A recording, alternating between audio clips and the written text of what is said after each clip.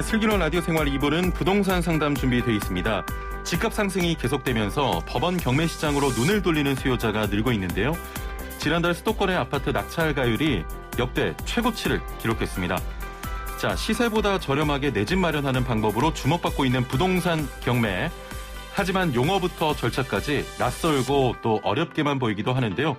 자, 오늘 부동산 경매 초보들을 위한 총 정리 시간 마련했습니다. 방송 들으시면서 오늘 주제 이외에도 자, 부동산 내 집 마련에 대해 궁금한 점 있는 분들 단문 50원, 장문 100원의 유료 문자 샵 0945번으로 보내주시길 바랍니다. YTN 라디오 유튜브와 애플리케이션 댓글창도 열려 있습니다. 자, 지금 바로 여러분의 부동산 관련 고민 문자로 보내주셔야 잠시 후에 상담이 가능합니다. 자, 함께 말씀 나눌 고준석 동국대 법무대학원 겸임교수 전화 연결돼 있습니다. 안녕하세요. 네, 안녕하십니까. 예. 고준석입니다. 교수님 잘 지내시죠? 네, 잘 지내고 있습니다. 네. 한번 좀 오시죠. 뵙고 싶습니다. 아, 네. 네. 알겠습니다. 코로나가 종식되면은 예. 네, 가보도록 하겠습니다. 알겠습니다. 네. 자, 지난달 수도권의 아파트 낙찰 가율이 역대 최고치를 기록했습니다. 이게 어떤 의미를 가지는 겁니까?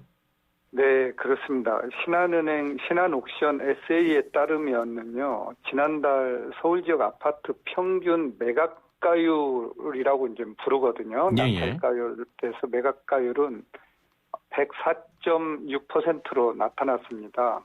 수도권 지역 아파트 평균 매각가율은 106.14%로 나타났는데요. 예. 굉장히 높은 경쟁률이죠. 예. 자, 이렇게 이제 경쟁률이 높다라는 것은 일반적으로 아파트 시장에서 가격이 상승하는 경우에 예. 경매 시장에서도 아파트 매각가율이 동반 상승하게 됩니다. 즉, 주택시장 가격이 상승하고 있다는 뜻이 되겠죠. 예. 자, 그런데 이제 이게 지난해 2020년과 비교를 해보면은요. 예. 서울 지역 아파트 평균 매각, 1년 평균 매각가율입니다. 예. 평균 매각가율이 103.3%에서, 올해 이제 지난 1월 달에 104.6%로, 지난해에 비해서 1개월 비교지만, 1.3%포인트 증가 이렇게 추세로 지금 나타나고 있거든요. 예. 이러한 현상은 당분간 조금 계속 될 것 같습니다. 그런데 예. 중요한 거는 이제 주택이 아파트뿐만 있는 게 아니잖아요. 그렇죠. 다른 것들도 있는데 단독주택이나 다가구 원룸이죠. 이런 것들도 매각가율이 굉장히 많이 올라가고 있다라는 거죠. 예.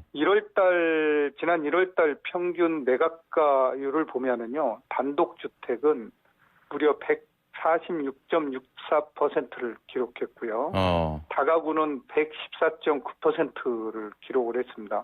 굉장히 높은 경쟁률을 보이고 있죠. 예. 자, 이러한 현상은 당분간은 지속될 것 같습니다. 예. 네. 알겠습니다. 교수님.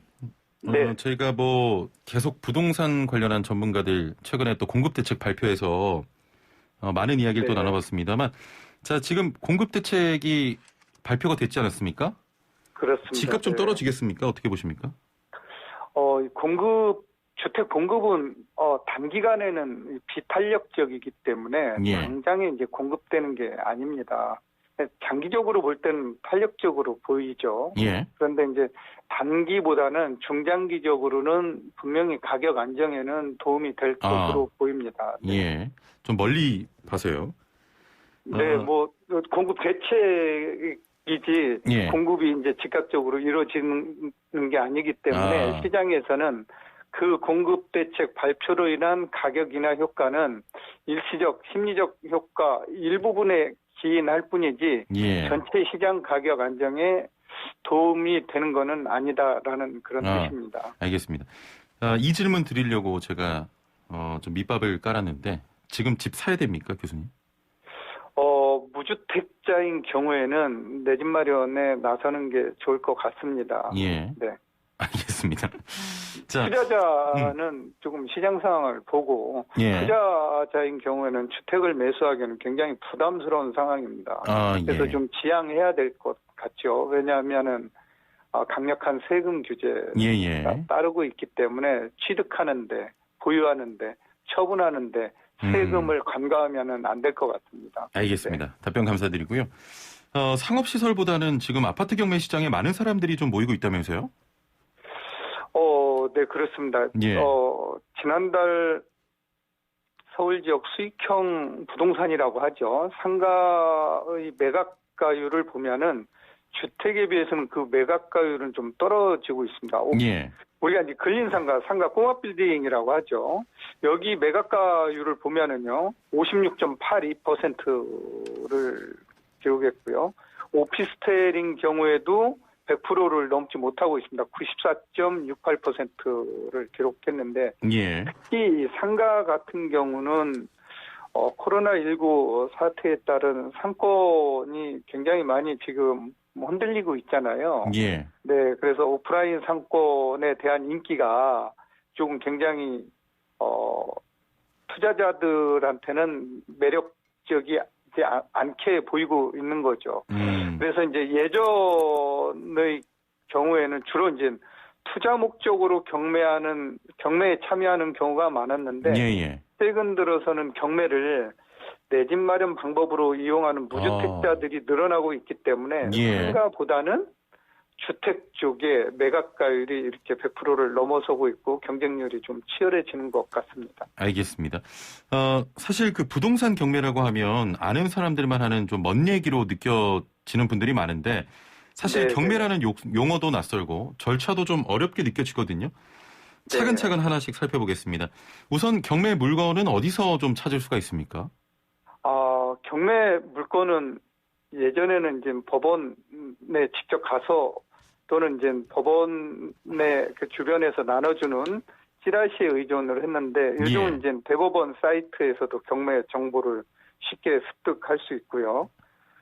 또는 유료 무료 사이트에서도 경매 정보를 쉽게 얻을 수 있습니다. 참고로 신한옥션 SA는 이게 무료 사이트거든요. 여기를 이용하면은 모든 정보를 한눈에 이용할 수 있고요. 물건 종류는 물론이고요. 권리관계, 또 각종 공부, 등기부를 비롯해서 토지대장, 토지용 계획 확인서, 건축물 관리 대장 등 모든 이런 공적 장부들도 그 사이트를 통해서 확인해 볼 수 있습니다. 그래서 경매에 처음 도전하는 사람들이 이용하면은 굉장히 도움이 많이 되는 사이트죠. 그래서 사이트 검색을 해서 정보를 확인을 해야 되고요. 두 번째는 요 정보만 가지고 믿으면 안 되고요. 본인이 또 법원에 가면은 매각기일 7일 전에는 그 물건에 대한 기록 열람이라고 하죠. 그거를 또 확인해 볼 수 있으니까 최종적으로 그거를 확인해 보는 절차도 거쳐야 됩니다. 네. 그 경매 매물로 나오는 물건은 좀 문제가 있는 경우들이 많다 이런 인식이 있는데 경매에 참가할 때 어떤 점들을 좀 유의해야겠습니까? 그 경매 물건은 경매에 나오는 모든 물건이 문제가 있다 이렇게 보면은 안 되고요. 경매는 철저하게 매수자 입장, 즉 내 집 마련하는 실수요자 입장으로 본다라고 하면은 좀 간단해질 수 있다라는 얘기예요. 예를 들어서 이제 매수인 입장에서 내가 매각대금 이외에 내가 산 금액 이외에 추가로 부담해야 될 금액이 있는지 없는지를 제대로 판단해야 된다라는 거예요. 여기에 이제 주의를 해야 되는데 예를 들어서 아파트를 매수하는 경우 그 아파트 보증금 5천만 원에 살고 있는 임차인이 있다. 그런데 이제 이 임차인이 대항력이죠. 권리관계가 생기기 전에 전입신고를 먼저 한 임차인을 대항력 있는 임차인이라고 하고요. 그 계약서에 확정일자를 받아두면은 그 임차인 보고 우선 변제권을 갖췄다고 합니다. 자, 이런 임차인이 있는데 이 임차인이 배당 요구를 했다라고 하면은 매수인 입장에서는 굉장히 편해집니다. 예를 들어서 그 아파트를 1억 원에 낙찰 받았어도 예. 추가로 보증금을 부담해야 될 필요는 없다라는 거예요. 왜냐하면 그 임차인은 법원 매각대금에서 배당받아서 보증금을 배당받을 수 있기 때문입니다. 예. 그래서 만약에 이제 그런 요건을 갖추고 있는 임차인인데도 불구하고 배당 요구를 하지 않았다. 그러면 매수인이 인수해야 된다라는 거예요. 보증금을 물어줘야 된다는 얘기이기 때문에 그러한 임차인이 있는지 없는지를 확인해야 된다라는 거예요. 예. 그래서 이제 그런 경우에 그 주택을 사는 경우에는 특히 이제 아파트를 매수하는 경우에는 대항력을 갖춘 임차인이 배당 요구를 안 했거나 또는 대항력만 갖춘 임차인이 배당 요구를 했거나 예. 이런 경우가 있는지를 제대로 확인해 보면은 추가로 부담해야 될 금액이 또 있는지 없는지를 예. 파악할 수 있다라는 얘기입니다. 예. 그런데도 이제 예. 초보자들 입장에서는 사실 걱정이 많이 되는데 예. 그러면은 이제 전문가한테 상담을 좀 구해서 예. 그 내용을 조금 제대로 권리관계를 파악한 다음에 예. 경매에 참여하는 게 좋을 것 같습니다. 알겠습니다. 교수님 말씀 중에 죄송한데 지금 속보가 하나 들어와 있습니다. 동해 민통선 검문소에서 미상 인원 1명이 발견됐다는 속보입니다. 신병은 현재 확보가 돼 있는 것으로 파악됩니다. 다시 한번 전해드립니다. 동해 민통선 검문소에서 미상의 인원 1명이 발견됐다는 속보가 들어와 있습니다. 자세한 내용은 들어오는 대로 전해드리도록 하겠습니다. 자, 교수님 말씀 중에 죄송하고요. 네. 자, 그러면 이런 물건은 입찰하면 안 된다. 이런 주의사항도 있겠습니까? 네. 중요한 것은 매수인은 법원 감정가에서 얼마나 싸게 사는 게 중요한 게 아니다라는 거예요. 예. 물건에 하자가 없는 거는 당연한 얘기고요. 예. 그 미래가치, 그러니까 감정가보다는 시세보다 얼마나 싸게 사느냐가 되게 중요하다라는 거예요. 그래서 감정가보다 예. 내가 100%에 120%의 낙찰을 받았다. 이게 중요한 게 아니라 그 감정가 120%에 산 금액하고 시세하고를 비교를 해봐서 예. 내가 산 금액이 시세보다 싸다면은 그건 경매로 잘 산 거죠. 그렇죠. 그래서 시세보다 비싸게 매수하는 것을 경계하는 게 가장 중요합니다. 경매에서는. 예. 네. 자, 당연히 시세보다 저렴하게 사야지 잘된 경매 거고요. 그렇습니다. 예. 네. 부동산의 경우는 사실 재산이 좀 움직이는 규모가 크다 보니까 더욱더 꼼꼼하게 네. 살펴볼 것도 많은데 네. 혹시 이 현장을 방문해서 매물을 확인할 수가 있습니까? 아파트 같은 경우는요, 현장에 직접 그 경매로 나온 물건 집에 방문해서 살펴볼 수는 절대로 없습니다. 예. 네. 하지만 예. 네, 매수 예정 아파트 단지는 우리가 확인해 볼 수 있죠. 현장 예. 탐방을 한번 해보고 주변에 이제 교육시설, 교육환경이라든가 교통환경, 편의시설 이런 것들을 꼼꼼하게 살펴볼 필요가 있겠고요. 예. 그리고 나서 이제 그 지역의 매매 시세, 또 전월세 시세, 또 전월세 대기 수요자, 또 매수 수요자 이런 것들을 좀 종합적으로 판단해서 예. 경매에 참여하면 될 것 같습니다. 예. 그런데 이제 이 주택이 아닌 경매 물건은 굉장히 많으니까요. 예를 들어서 이제 토지를 땅을 내가 경매로 매수한다라고 하면은 땅은 현장을 직접 가서 볼 수 있겠죠. 예. 그래서 땅의 경사도가 높은지 안 높은지 확인해 봐야 되겠고요. 바로 개천이나 하천 옆에 붙어 있는지 좀 떨어지는 게 좋겠죠. 이런 땅인지 좀 우리가 구별해야 되겠고요. 예. 또 동네에서 너무 외진 곳에 있는지 또 확인해 볼 필요가 있겠고요. 예. 또 도로는 있는지 땅 모양은 정말 제대로 나와 있는 건지 지적도하고 조금 살펴볼 필요가 있을 것 같아요. 그래서 예. 현장 확인을 통해서 살펴봐야 될 것들은 되게 많은데 주택만은 그게 이제 불가능하다라는 거죠. 예. 네. 자, 그러니까 주변 단지라든지 또 교육시설 이런 것들을 좀 확인해 보는 게 좋겠습니다. 네, 그렇습니다. 네. 자, 6211번님께서는 부동산 경매로 낙찰받은 주택도 주택담보대출이 되나요? 라는 질문 들어왔네요. 주택담보대출은 당연히 되는데요. 예. 경매라고 해서 더 많이 되거나 그렇지는 않습니다. 그렇지 또 않고. 예. 경매 물건도 LTV나 DTI, DSR 요 적용을 전부 다 받기 때문에 예. 거기에 정말 조심해야 되고요.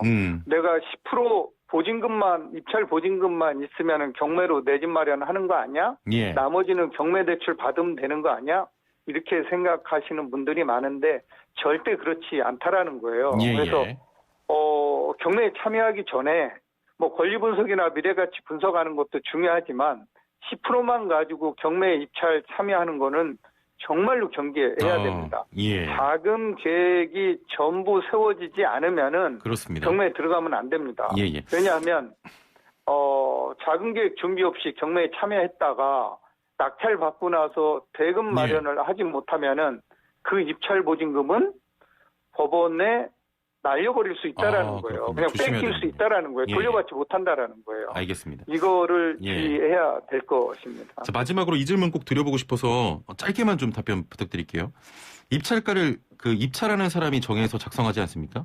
네, 그렇습니다. 낙찰을 위해서 가격을 어느 정도 선에서 좀 맞춰야겠습니까? 시세 확인 아까도 얘기했지만 시세 확인 해보고요. 예. 시세 대비 10%에서 20% 싸게 산다는 생각으로 예. 입찰가를 적어내면 될 것 같습니다. 10%에서 20%. 네. 예, 알겠습니다. 자, 교수님 오늘 말씀 여기까지 듣겠습니다. 감사합니다. 네, 감사합니다. 네, 고준석 동국대 법무대학원 겸임교수와 함께했습니다.